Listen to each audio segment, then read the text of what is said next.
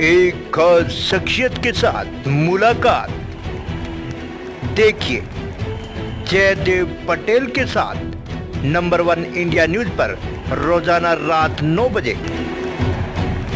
नमस्कार व्यूअर्स, मैं जयदेव पटेल और आप देख रहे हैं नंबर 1 इंडिया न्यूज। आपका एक बार फिर स्वागत है एक खास शख्सियत के साथ मुलाकात प्रोग्राम में। आज हम बात करेंगे इजराइल और ईरान के बीच जारी जो जंग है वो कहें कि अब मिसाइल अटैक्स तक पहुंच गई है। ऐसे में ये क्या तीसरे विश्व युद्ध की आहट है और ये कितना खतरनाक होगा, और इसको लेकर के जिस प्रकार से अमेरिका का जो इन्वॉल्वमेंट बताया जा रहा है ये कहाँ तक सही है। इन्हीं तमाम बातें के लिए हमारे साथ खास सामान है रक्षा विशेषज्ञ retired lieutenant general Rajan Singh. Lieutenant Rajan Singh ji, आपका बहुत बहुत स्वागत है आज हमारे प्रोग्राम में। Thank you very much. जी, लेफ्टिनेंट जनरल राजन सिंह जी, आपसे मेरा पहला सवाल है कि ईरान और इजराइल के बीच जो जारी जो जंग है वो कहीं न कहीं अब मिसाइल अटैक्स तक पहुंच गई है, इस पर आपकी प्रतिक्रिया। देखिए, जहां तक इजराइल और ईरान के संबंधों की बात है, इजराइल और ईरान के संबंध पिछले कई डिकेड से अच्छे नहीं रहे हैं। बहुत खराब रिलेशनशिप है उनकी। रिलेशनशिप इसलिए खराब है क्योंकि इजराइल समझता है कि ईरान उसके लिए उसके अस्तित्व के ऊपर ही सबसे बड़ा खतरा है, और वो समझता है कि उनका न्यूक्लियर प्रोग्राम उनके एग्जिस्टेंस को ही काफी ज्यादा डेंजर पहुंचाता है। जहां तक इनके रिलेशनशिप के बैकग्राउंड की बात है कि जब शाह ऑफ ईरान में जब वहां पे इस्लामिक रेवोल्यूशन नहीं हुआ था, तब ईरान और इजराइल के संबंध बहुत अच्छे हुआ करते थे, बहुत ही ज्यादा अच्छे होते थे। लेकिन उसके बाद जब लेबनान में ये वहां पे हिजबुल्ला उभर के आई, सीरिया के अंदर जब वहां पर गृह युद्ध शुरू हुआ, और इन सब हालात को देखते हुए ईरान एक शियाईत देशों का एक रहनुमा बनके उभरा, और उसके अंदर हर एक मुल्क जहां पर शियाज हैं वो ईरान को अपना मसीहा मानने लग गए, और इसलिए ईरान और इजराइल के संबंध भी खराब होते रहे। ये संबंध सबसे ज्यादा खराब तब हुए जब ईरान ने अपना न्यूक्लियर प्रोग्राम शुरू किया। 2018 के अंदर इजराइल की इंटेलिजेंस एजेंसी मुसाद ने एक ऑपरेशन किया था ईरान के अंदर, और उन्होंने अपने बहुत सारे स्पाइज भेजे जिन्होंने इन्फिल्ट्रेशन किया इनके न्यूक्लियर इंस्टॉलेशंस में ईरान के, और वहां से बहुत सारे डॉक्यूमेंट्स, बहुत सारी सीडीज और काफी ज्यादा ऐसी इंफॉर्मेशन वहां से हासिल की जो कि बहुत ज्यादा डैमेजिंग थी।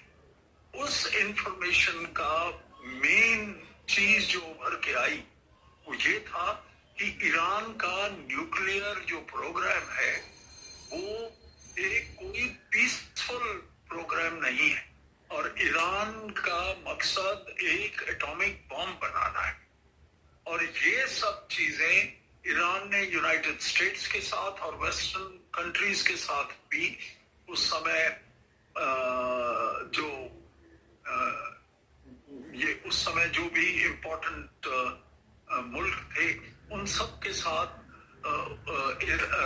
इजराइल ने शेयर किया जी। और उसके बाद काफी कुछ चीजें हुई। एक तो ईरान के साथ यूनाइटेड स्टेट्स के संबंध और भी खराब हुए। न्यूक्लियर जो डील हुई थी उसको कैंसिल किया गया, और बाद में दोबारा अभी ट्रम्प साहब आए तो दोबारा और भी ज्यादा चीजें हो रही हैं।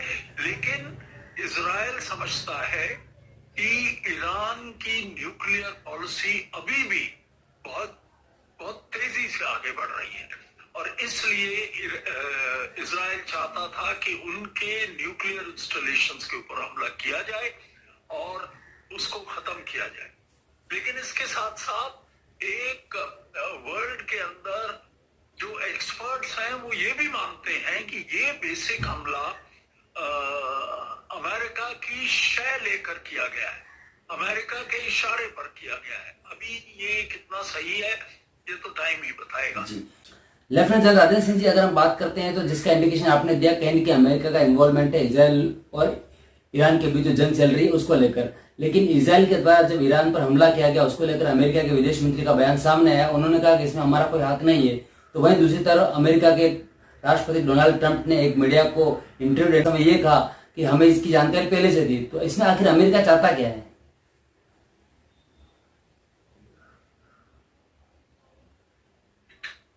की बात है यूनाइटेड स्टेट्स के, उन्होंने जो कुछ वो ये ओपनली एडमिट नहीं कर अमेरिकन ने करा है, बिकॉज अमेरिका के वेस्ट एशिया के अंदर काफी इंटरेस्ट है, बहुत सारे ट्रूप्स डिप्लॉयड हैं सऊदी अरेबिया में, बाकी देशों में भी अमेरिकन ट्रूप्स डिप्लॉयड है, बहुत सारी फोर्सेस जो है अरेबियन सी के अंदर और इस सब इलाके के अंदर बहुत सारी फोर्सेस अमेरिका की उधर है। तो अमेरिका नहीं चाहता कि वो डायरेक्टली इन्वॉल्व हो जाए ईरान के साथ लड़ाई करने में, और उसको एक बहुत अच्छा मौका मिला है और एक बहुत अच्छा इंस्ट्रूमेंट मिला है कि जिससे कि सांप भी मर जाए और लाठी भी ना टूटे। वो इजराइल को यूज कर रहा है ईरान को सीधी लाइन पर लाने के लिए जी। वो जानता है कि ईरान जो है न्यूक्लियर डील के अंदर उनके जो भी अभी तक नेगोशिएशंस हुई थी वो ठीक ठाक नहीं चली थी। ईरान नहीं चाहता कि उसके ऊपर ज्यादा इंस्पेक्शंस हो, ईरान ये भी नहीं चाहता कि जो इंटरनेशनल बॉडीज हैं वो उसके ऊपर ज्यादा निगरानी रखें उसके न्यूक्लियर प्रोग्राम के ऊपर, और जो कि यूनाइटेड स्टेट्स और बाकी वेस्टर्न वर्ल्ड को बिल्कुल मंजूर नहीं है।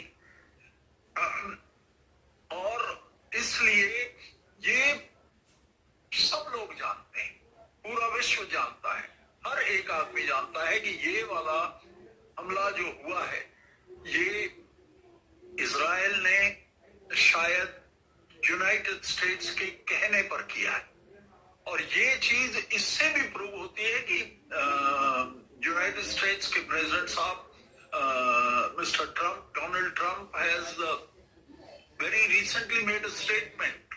उन्होंने कहा है कि हम ईरान को बोलते रहे और उनको खूब मनाने की कोशिश की हमने कि तुम न्यूक्लियर अपना प्रोग्राम को रोक दो, लेकिन वो माने नहीं और इसलिए अभी इतना ज्यादा नुकसान उठाना पड़ा। अभी भी टाइम है, अगर वो चाहें तो अभी भी ठीक हो सकता है, लेकिन अगर नहीं चाहेंगे तो बहुत ज्यादा नुकसान उन्हें उठाना पड़ेगा जी। अभी ये सब टाइप का अगर statement president of United states की तरफ से आता है तो ये काफी क्लियर है सबको कि इसके अंदर यूनाइटेड स्टेट्स का हाथ जरूर है जी। और जरूर इसलिए है कि यूनाइटेड स्टेट्स समझता है कि वर्ल्ड पीस के अंदर, वर्ल्ड पीस के लिए अगर कोई देश सबसे ज्यादा खतरनाक है वो है ईरान जी। नॉर्थ कोरिया के बाद ईरान का ही नंबर आता है। लेफ्टिनेंट जनरल राजेश सिंह जी, अगर मैं आपकी बात को थोड़ा सा अगर और आगे लेकर के जाता हूं तो जिस प्रकार से अमेरिका की तरफ से कहा गया कि अभी भी वक्त है ईरान इन चीजों को रोक ले, लेकिन यही बात कहने की ईरान की तरफ से भी कही जा रही है कि जिस देशों ने, जितने देश है जिन्होंने इजराइल का साथ दिया है हम उसको नहीं छोड़ेंगे। तो ऐसे में क्या आपको लगता है कि इजराइल और ईरान के बीच की जो जंग जारी है ये थर्ड वर्ल्ड वॉर की कहीं ना कहीं एक शुरुआत है या फिर उस तरफ अग्रसर है? वर्ल्ड वॉर के बारे में या उसके अंदेशे के बारे में सवाल है, वो तो बात ही अलग है। लेकिन उससे पहले कि मैं इस चीज के बारे में कुछ बोलूं, मैं चंद एक बातें बताना चाहता हूं। इजराइल और ईरान के बीच में ये जो लड़ाई अभी हुई है, ये कोई नई बात नहीं है। इससे ना पहले भी इजराइल ने कई बार ईरान के अंदर जाकर हमले किए हैं, हमास के चेयरमैन को मारा है। बहुत सारे उनके जो भी इजराइल समझता था कि एक थ्रेट है इजराइल के खिलाफ, वहां जा जाके हमले किए हैं।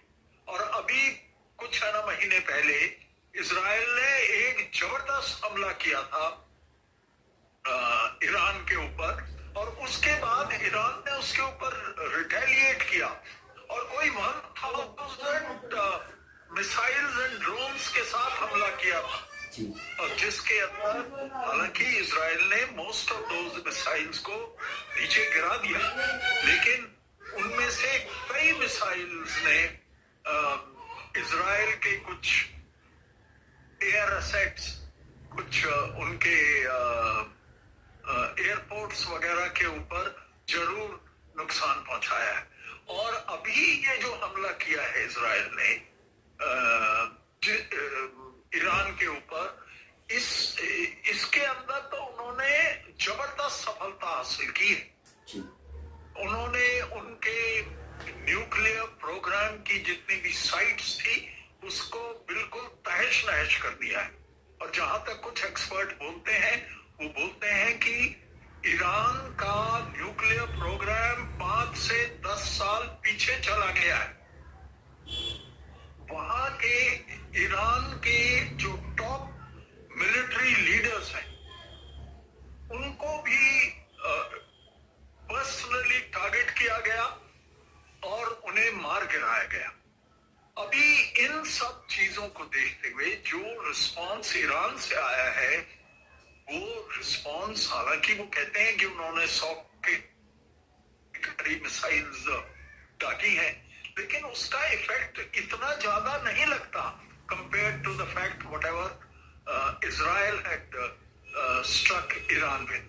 Now regarding third world war. जी, लेफ्टिनेंट राजेश सिंह जी, आपने हमारे लिए समय निकाला, उसके लिए आपका बहुत बहुत धन्यवाद।